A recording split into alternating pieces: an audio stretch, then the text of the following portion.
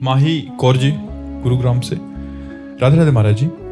महाराज जी, संतों के दर्शन की बहुत महिमा शास्त्रों में कही गई है। महाराज जी, संत दर्शन से क्या मुक्ति संभव है? केवल फिर संत ही दर्शन होने चाहिए और दर्शन नहीं होना चाहिए।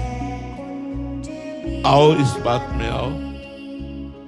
जैसे अपने गुरु को माना कि मेरे गुरुदेव, तो फिर अखंड मंडलाकारम व्याप्तमेन चराचर, चर में मेरे गुरुदेव व्याप्त मोक्ष को प्राप्त हो जाओगे।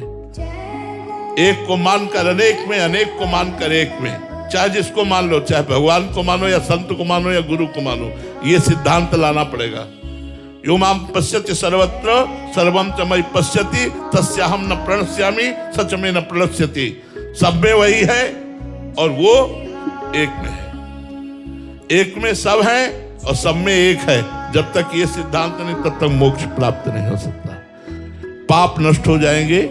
संत दरस जिम पातक तरें। उपदेश का पालन करोगे, परमार्थ में चलोगे, और जब उपदेश का अक्षरशः पालन करके परिपक्व हो जाओगे, सिद्ध हो जाओगे, तो भगवत प्राप्ति हो जाएगी। ये सिद्धावस्था है।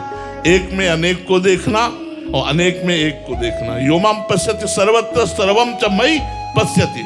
सबको मेरे में और मेरे को सब में जो देखे, अब वो चाहे गुरु मान लो, चाहे इष्ट मान लो, चाहे संत मान लो, बिना इस दर्शन के भगवत प्राप्ति नहीं होती। महाराज जी, संत दर्शन का फल क्या है? स्वयं संत बन जाना, वेश मिल जाना, वस्त्र परिवर्तित नहीं होना, साधुता आ जाना। वस्त्र को संत थोड़ी कहते हैं। संत भेष है। संत अगर लक्षण नहीं है तो पाखंड भी तो हो सकता है, दंभ भी तो हो सकता है, नाटक में भी तो हो सकता है।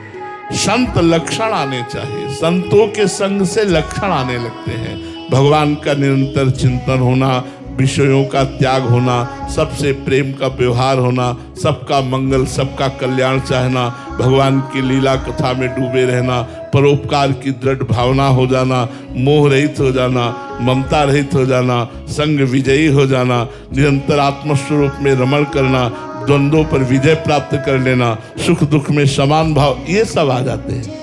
ये संतों के संग से यही संतत्व आ जाता, साधुता आ जाती है। अगर ये ना आवे तो संत संग का मतलब क्या रहा?